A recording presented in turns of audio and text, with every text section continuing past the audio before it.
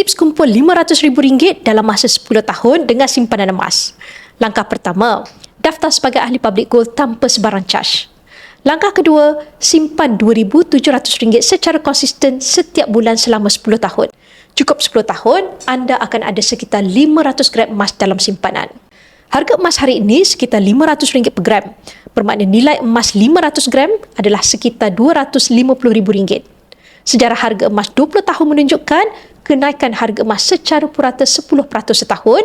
Bermakna apabila cukup simpanan 500 gram emas, harga sudah melebihi RM500,000. Anda ada pilihan untuk tukarkan dalam pelbagai saiz gold bar dan dinar bergantung kepada matlamat simpanan anda. Apa yang anda boleh buat dengan simpanan yang banyak ini? Anda boleh membeli rumah tanpa hutang. Anda boleh jadikan sebagai simpanan pendidikan anak-anak. Anda boleh jadikan sebagai sebahagian daripada simpanan persaraan anda. Dan anda juga boleh jadikan ia sebagai modal untuk perniagaan yang boleh memberikan pendapatan pasif.